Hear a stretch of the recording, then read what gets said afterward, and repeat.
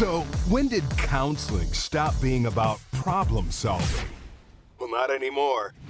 Introducing solution-focused counseling with the Unlicensed Counselor.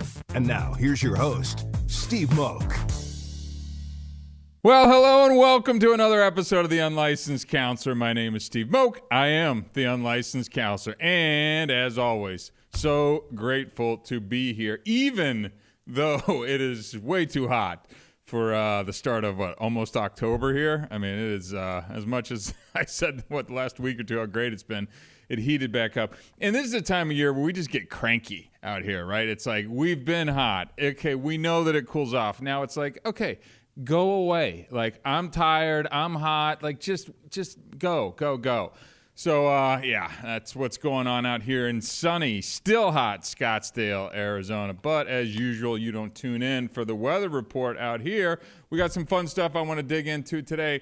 You know, things I've been thinking about. You know, I've had some stuff going on, shockingly, in my own life. And it's like, you know, I choose to do hard things. And oftentimes, you know, it's just frustrating. You're like, why does it feel like I always have to do kind of hard things in my life? And it got me thinking about, why is it important to do hard things? How it seems like in our society we've gotten away from, you know, it used to be farmers and waking up or walking up the hill to school both ways. Like, stuff was a little bit harder, and we've gotten, you know, I don't know if I want to call it soft or whatever it is, but it seems like we've drifted away from kind of attacking hard things as a society, and we're always kind of looking for life hacks or the quick fix or the shorter way to easier way to do things. And I'm going, I think there's a lot of value, and at least I can say this, in my own personal life, I've always found a lot of value either in the moment when you're doing hard things or you're forced to do hard things, or even afterwards where you can look back and go, wow, that was tough, but I feel like I built some character. I developed some resilience, some grit. And so I want to talk about why I think it's important for us, me, you, to do hard things and not just look for the life hack, the easier, softer path to kind of do this. So I think it'll be fun. I think it'll be a little interesting to bring to your eyes and ears. But before we do that, as always, I want to say thank you to our friends over at Buzzbin Media. This is Trash Can Advertising. This is a company that pays you to put little ads on the side of your trash can. These are just stickers that get mailed directly to your front door. How does it work? Go to Buzzbin Media. That's BUZ1Z, binmedia.com. Sign up. There's a new resident form. Cost you nothing. Can cancel anytime. I don't know why you would, but I like to tell people that. They ship you out some decals to the side of your trash can. You take a picture, send it back in so that they know that you actually put them on, and then they start sending you $5 a month for each bin. So really, if you got a trash can and a recycle bin, you're getting $10 a month sent to your Venmo. So pretty cool, great little sponsor, great little business. Go to buzzbinmedia.com to get started today. We're going to be rolling out in a lot of different cities as well, too. And then, as usual, I like to talk about the youth drug abuse prevention work that I do at the StopStartsHere.org. Look, this is really important stuff. We've got a new kind of push getting ready to come out. We've always putting out some new content. I did mention last week as well, too, that one of our pieces of content got nominated for an Emmy. So that's pretty cool. I mean, it is a powerful piece. It's about a mother who lost her son to a fentanyl poisoning, and it's really almost like a PSA that we put together that has gotten tens of thousands, maybe hundreds of thousands of views now. I'd have to go check. But really powerful stuff, gives you an idea of the type of content that we're putting out. Go to thestopstartshere.org. Parents, download the Parents Prevention Playbook. This is a little guide on how to prevent your son or daughter from ever starting to use drugs as well, too. And last but not least, give your friend, the Unlicensed Counselor, a follow on all the typical places where you follow on social media. Go to YouTube and start to give me a subscribe over there as well, too. We chop up the show. I put lots of clips from different episodes on the show. We put shorts out there if you don't want to hear a whole episode. Great place to kind of digest a lot of the different content that we're putting out here on the Unlicensed Counselor. And obviously subscribe to the podcast wherever you find finer podcasts as well, too. Okay, good stuff. I had a couple thoughts on kind of the importance of doing some hard things, and occasionally I'll start the show out with a quote, and I found one that I thought that was pretty good. It said, "Perseverance is the hard work you do after getting tired of doing the hard work you already did." And I was like, man, I feel that to my bones, because sometimes it's like all I ever feel like I do is choosing the harder path. Things are always hard or challenging in my life. And there's a couple thoughts I had around that. Is like, I don't know if you had this idea or thought when you were younger and naive, and I'm talking teens, maybe early 20s, maybe, that you grow up, your parents pay for things, you go on trips and all that kind of stuff, and life seemed pretty easy. And maybe the expectation was at a certain point in time that that's just kind of how life is. And then you get out of the house, right? You go to college, you get a job, you start paying bills, you got all these other things coming up. Money's tight. You got, all these things kind of start to happen. You're like, oh, wow, maybe life is a little more tricky, a little more complicated, maybe not quite as easy as we kind of thought that maybe it was when we were younger. And I was actually talking to Robin before the show about, sometimes you see people in your life. We all have people in our life. They're like, wow, they look like they have it really easy, right? Maybe they're making lots of money. They're always on trips. The family looks good on paper and stuff. And I've known a lot of people, and I've had thoughts like that in my life. And then when you get to know some folks, somebody always has something going on in their life. It could be, a health issue, right? Maybe they've lost a loved one. Maybe they have some other type of issues going on, and we just don't necessarily see that. So we get trapped in kind of this comparison thing a lot of the time, and I do this as well too. And I love my life. It's not without its challenges, but you see people and you think, man, if it was more like this, or boy, they really got it easy and things like that. I've started to do that less and less, and I've really just kind of always come back to, I don't know what's really going on in their life, but I'm just happy with what I have. And I found that I have a lot more peace in my life, even though things may be hard and it's not perfect. You could use some more, a couple extra bucks. You'd like to go on that trip to Italy or whatever it is. But I just always kind of come back to, I'm happy with where I am, and I'm not comparing myself. But when I got thinking about this topic, I have found, and I think there's a certain wiring as well to it. My wiring is I like to choose the harder paths almost all of the time, right? And it got me thinking about video games and things like this too. I'm not much of a video game. I don't play video games really at all, but I did when I was younger, right? When you were growing up in high school and stuff, and in college when you're sitting around smoking pot, or maybe that was just me. Probably part of the reason why I'm the unlicensed counselor, because of all the stuff that I did then. But, it was like sometimes you could choose the level that you wanted to play on. It was like easy, medium, or hard. And I always chose the hard level because you want to kind of get better. I feel like I've done that in life a lot of the time. When there's an easier or a harder path, I tend to go down the harder path. And for me, like if I'm signing up for a race, let's say it's instead of just doing maybe a 10K like normal people do, I'd go sign up for the half marathon or the marathon. Or if I'm signing up for one of those races, it's like, let's find the hardest one that's outside, that's uphill and on the race. Like, I just have this sense of like a challenge where I just want to find the hardest thing. And I kind of started to look back at myself and go, why do I find myself always doing that? Like, what draws me to doing that? And I think it's the sense of I can really feel like I've conquered something once I've done something that's harder. I like doing things that other people really struggle to do or find it hard to do, because once I set my mind to something, I'm very good at kind of attacking that. And then I enjoy the sense of accomplishment that kind of comes from that as well. And I also recognize I'm doing things that not everybody can or wants to do. And I've also learned that and I don't think I consciously did this, but it develops this resiliency. It develops this grit. It develops this character that over time, what appears to be hard maybe used to appear hard to me or appears hard to others, now is more kind of normal in my life, whether it's starting a business or stopping using drugs and alcohol entirely, right? That was a hard thing that I had to do and still have to do on a day-to-day basis. So I kind of had these patterns of kind of choosing to do the hard things, and now I embrace it more, and I feel like it's kind of helped build me up into who I am. So let's tee off on that, on why I think people need to do hard things. I think the number one thing is that it builds character. So doing hard things exposes us to challenges that force us to grow, right? So facing obstacles helps define our values, shape our principles, and strengthen our resolve. Character is developed not through the comfort, but through the perseverance in adversity, right? That's kind of how I think the building character and why doing hard things is so important. You learn honesty, integrity, humility, and empathy when you push through discomfort and difficulty. And I'm just a living testament to that, because I just always, and sometimes in my life, the doing hard things I didn't choose to do. It's circumstances have led me to that, whether that was, again, drug and alcohol addiction, divorce, not being a good boyfriend or husband or whatever it was at the time. I mean, not all of the things I chose to do. So I am not some saint. Some of these things were through decisions or addiction or bad decisions along the way.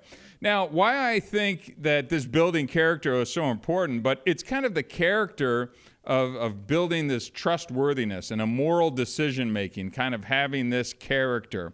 It guides our behavior and our relationships with others, and it fosters deeper connections and long-term success. So I think this doing hard things and the way in which it builds character is extremely important, kind of to your core, right? And I know we all have this idea that it's probably important, but I'd like to take it a step further and say it really kind of needs to be a building block of who you are. And I think doing and continuously doing and challenge yourself by doing hard things, or welcoming hard situations that life just brings at you. And because, again, not everything you're going to just necessarily choose. Situations will come up.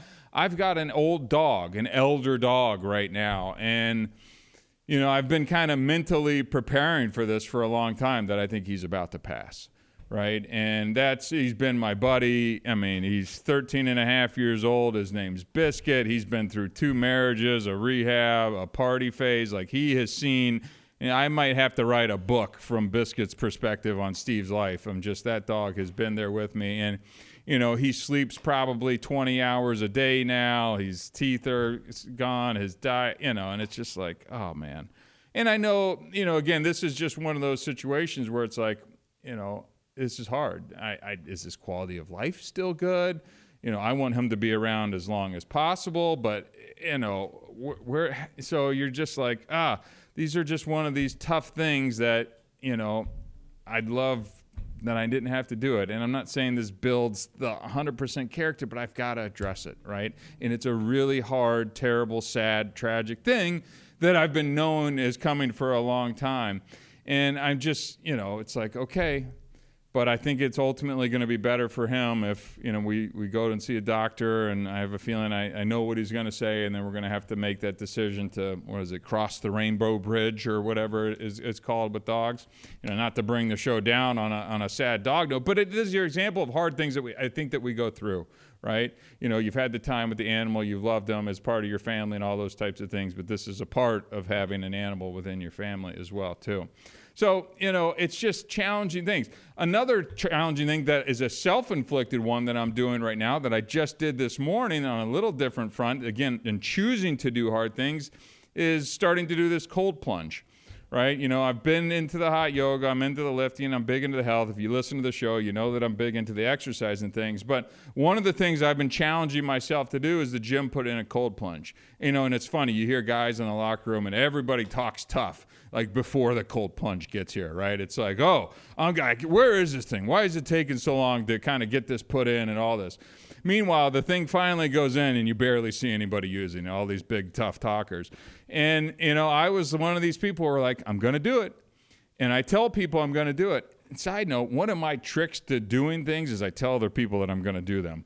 And then I'm like, well, I got to do them. I told these people I was going to do it. So I have now added this cold plunge into my routine. It's not a daily routine yet, but I'm kind of figuring it out and adding it as part of my schedule. I'm basically at every other day for about 3 minutes now. And let me tell you, this thing's about 40 degrees, all right? This is cold, butt-kicking cold, right? And you get in there, and it takes your breath away. But what I have found, let alone from the health benefits, right, of just the recovery and the muscles and all this, it actually gives me energy when I get out of it, to the point I can't do it too late at night because I've noticed that it kind of messes with my sleep. It's kind of like a natural high. I'm chasing natural highs, Robin, instead of the old Colombian nose candy, you know. So, but I'm doing it, and that's what's cool. And I have this attitude. I was joking around with one of the guys in the gym the other day, and it was like, I got to go hop in this thing. And he's like, Is that the attitude you take into it? Like, he was kind of busting my balls a little bit. And I was like, you know what? He has a point. Like, it's like, I get to do this. Like, I welcome this challenge to go sit in this thing that I'm not a huge fan of, but I really enjoy the benefits of. And I like the feeling that I beat it when I do it. So I got out of, my hot yoga class this morning, took a shower, rinsed off, got in there 3 minutes, and you just kind of grin and bear it. And it's now becoming a habit. And I've changed my mindset around how I view doing those hard things as well, too. And does that build character? Yeah, I think it does. I really think it does. It's really challenging. It's hard physically, mentally, I don't know about emotionally. But you get in there and you do it, and then I get out of it and feel better. So anyways, probably a little bit more than you wanted to know about my daily morning routines, but I think it does tie into doing hard things. And I actually had that thought as I was sitting in there this morning of like, this is an example of doing something that I don't necessarily want to do, but I'm going to do it anyways, and I'm going to be better because of this, right? So the next thing, and I think this dovetails into it nicely too, is kind of this develops grit. So, what is grit? Grit is the ability to maintain passion and perseverance towards long-term goals despite obstacles. It's what separates those who give up from those who push forward. Doing hard things repeatedly builds grit because it forces you to work through difficulties rather than shy away from them. That's exactly kind of how I feel about getting into this cold plunge, on the every other day routine that I'm doing right now. It is kind of giving me a little leg up because I'm doing something and I'm going to continue to do it, even though I don't necessarily want to do it. And I feel like I'm just developing that muscle of grit, that muscle of character, that muscle of perseverance by just continually doing these things, right? And I have found that I'm starting to enjoy it a little bit more, but I'm big on the health benefits of this thing as well, too, as this 45-year-old body gets banged around all the time playing basketball, running, lifting, all that kind of good stuff. So why do I think grit is so important when it comes to, doing hard things? It's a strong predictor of success. People who stick to their goals and continue putting in effort, even when it's tough, tend to achieve more over time.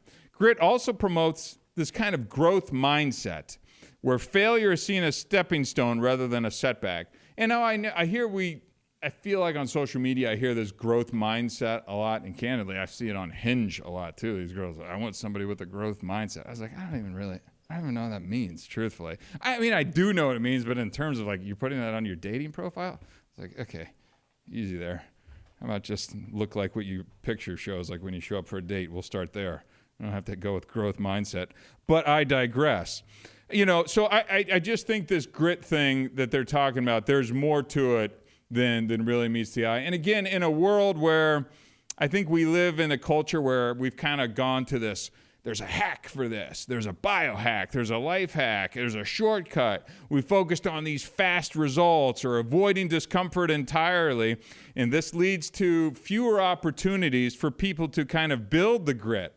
And grit is important because when things get tough, and they will get tough, if you've worked out that grit muscle, you're going to be able to better handle those things as they come up along in your life. And I think that's one of the really overlooked things that's kind of going on in our world. And by the way, and actually I started listening to Dennis Prager's podcast. It's a fireside chat on the way in, and he was talking about this morning, coincidentally, about going through life and experiencing pain. He's like, the goal is not to not experience any pain. You will experience pain. It's how you deal with that.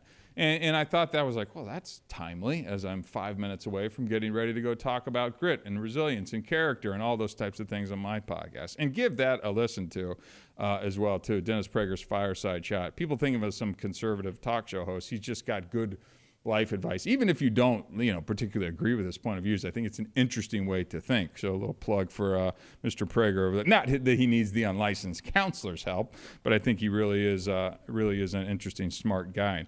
So, next up, we've talked about character. We've talked about grit. Now, I think doing hard things increases resilience as well, too. And I think that's really important. So facing hard things teaches us to bounce back from setbacks, from the failures that are bound to happen. Every time we push through a difficult task or situation, we strengthen our ability to handle future challenges as well, too.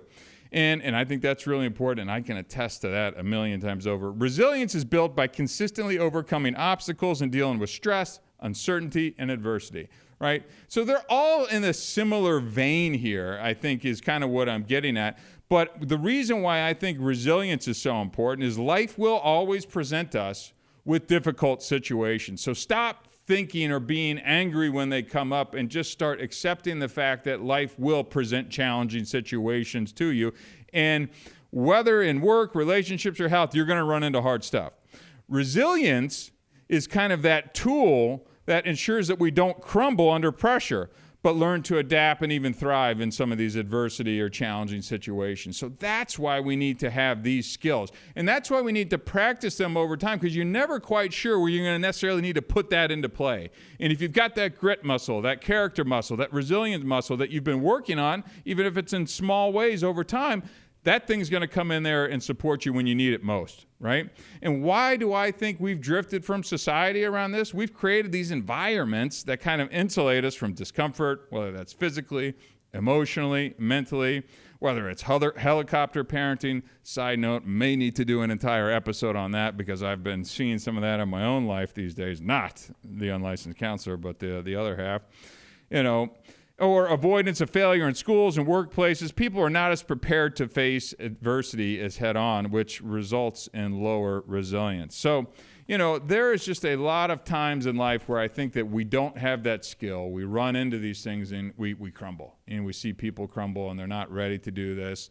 And, bad things can happen either mentally, emotionally, at work, and all those types of things.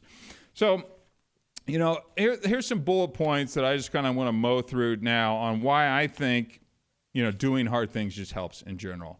You're going to develop some mental toughness, right? It just kind of goes along with everything that we say. The more things you take on, the more mentally resilient you become. You learn to silence the self-doubt. You can stay focused, and you kind of get more discipline and maintain that discipline as well, too. But one thing I think it gets overlooked is the ability for problem solving. So problem-solving skills as well, too. So hard tasks often come with unexpected challenges, right? So confronting these builds creativity and resourcefulness as well, too. And then how about self-efficacy as well? So accomplishing something difficult boosts your confidence, right? That's one of the things why I really like to take on, at least when it comes to exercise and stuff like that. I sign up for hard races. I don't just sign up for the 5K or 10K. I sign up for the one that's up the side of the mountain, or the one that's at altitude, or one that's on a trail or something stupid, because that's just the way I like to do it. And I get done with that, and I'm like, let's go sign up for an ultra marathon now, because I'm a lunatic like that. But that's just how I am. But in self-efficacy, you prove to yourself and others that you're capable of doing more than you thought, which carries over into this other areas of your life as well, too. And then last but not least, and I love this point, too, is delayed gratification. So tackling hard things teaches you to work hard today for results for tomorrow. And I wish, just in general, as a society, we could focus a little bit more on delayed gratification rather than heart, social media, comments, follows, subscribers, all that kind of stuff. I mean, man, is it really an important skill? And that may be another topic that we have to do in and of itself on the delayed gratification run. It builds your ability to resist immediate rewards for greater long-term success. And I just think in so many areas of life, we'd be better off as well, too. So, Steve, okay, you've got me hooked into. I like this idea. I'm not used to doing hard things, though. How in the heck do I get started in starting to attempt to change my mindset, change my wire, and adjust to do hard things? How do I do that? Okay, let me tell you. Start small but consistent, right? Begin by incorporating small, challenging tasks into your daily routine. Boom. Start doing little things, right? You don't have to try and go sign up for the ultra marathon today. Let's start small, whether it's waking up earlier, learning a new skill, pushing yourself. Start building a little momentum along the way as too, right? Next up, embrace failure as feedback. Don't think of it as criticism. Kind of try and take it, and don't let it crumble you and break you and get upset and things like that. Don't see failure as something to avoid. Use it as a learning tool, right? So when things don't go as planned, just adjust and try going, knowing that, persistence is what's going to lead to mastery over time as well, too. Again, so surround yourself with accountability. This is a great way to do hard things. What's funny, and I'll put this out there for the world, I'm actually meeting with an accountability coach tomorrow. I've got so many different ventures going on right now that I'm getting spread a touch thin. And I love to do a lot of things. I loved a lot of plates spinning in the air, but I find myself right now, I'm like, I think I just got a plate or two too many. And so I've got a meeting at 1 o'clock with an accountability business coach to kind of help fine tune me. And I was thinking about this because I was like, do I really need a coach for this? Do I need to? And then I'm like, okay, what are some of the best teams, athletes, players in the world? You know, they have coaches. Right? Am I at that level? No. But, I mean, they have coaches. They have people who hold them accountable. They have people who check them, maybe give them a different idea, hold them accountable, keep them focused. And I'm like, why? If I want to be what I think I can be to my max potential, why would I push back against, having an accountability coach? So this is something, again, I'm putting it out there myself. I'm meeting with them tomorrow. And we'll see how that goes, and I'll report back to you. But surround yourself with accountability. Seek out people who push you to do hard things and hold you accountable. This will motivate you to stay on track when you feel like giving up. That's a great way to kind of figure out how to do some hard things. Next up is celebrate some progress, not perfection. Boy, does that sound like an AA-ism as well, too. I think I have that sticker on the front of my big book as well, too. Progress, not for perfection. Acknowledge and celebrate your efforts. Don't try to be perfect in what you're trying to do. Start small, recognize incremental progress, and be happy around that, right? Let's not go for that perfection thing. And last but not least, let's focus on the process, not the outcome when you're starting to do hard things as well, too. Goals are important, but don't get too wrapped up in the outcome. Focus on the process of doing hard things and welcome that process of doing hard things as well, too. It's the journey that is going to build the grit for you and the resilience, not just the destination that's going to get you that resilience and the grit. That is a great part of it, but look at the process of getting there. No better example of that in my own life than kind of the startup and just the 7 or 8 years that I spent building a business and the highs and lows along the way. But when I look back on that, the kind of armor that it gave me and the confidence, even though it didn't go perfectly, to feel like I can go out and continue to do hard things is invaluable, and I'm grateful for that. And again, and that one didn't even go as great as I'd hoped it went for. So, these are just some of the thoughts and idea on why I think it's important for you to do hard things. Now, hard things as a term is going to be different for everybody. So figure out whatever the hard things are. Maybe it's business, maybe it's exercise, maybe it's diet, maybe it's relationships. Whatever it is, figure out what those hard things are that maybe you've been avoiding and didn't want to address. They don't have to be monster things. Just think of things that maybe you've been putting off and haven't wanted to address. And now let's build a plan to start to try and tackle those a little bit more along the way. And remember, building that grit, resilience, and character is part of that journey, not just that destination. So good stuff. Hopefully this motivates you a little bit today to kind of take on a little bit of a challenge. Challenge yourself, push yourself, find someone to hold you accountable. Let's see if maybe you can ratchet it up. Look, we're coming into the last quarter of the year here. This is a good time to kind of start to look at your life, make some changes. Don't wait till the first of the year and do the New Year's goals. Put some things on your calendar right now and say, look, I want to see if I can do this by the end of the year. Sign up for that turkey trot that you say you're going to do every year, right? Join me. I'll be out there running around the turkey trot in downtown Phoenix. So good stuff. If you got somebody that this strikes a chord or maybe pops into your mind when you hear this, send them this episode too and have a great conversation around it. Okay, good stuff. My name is Steve Moak. I am the Unlicensed Counselor. Until next time, thank you very much.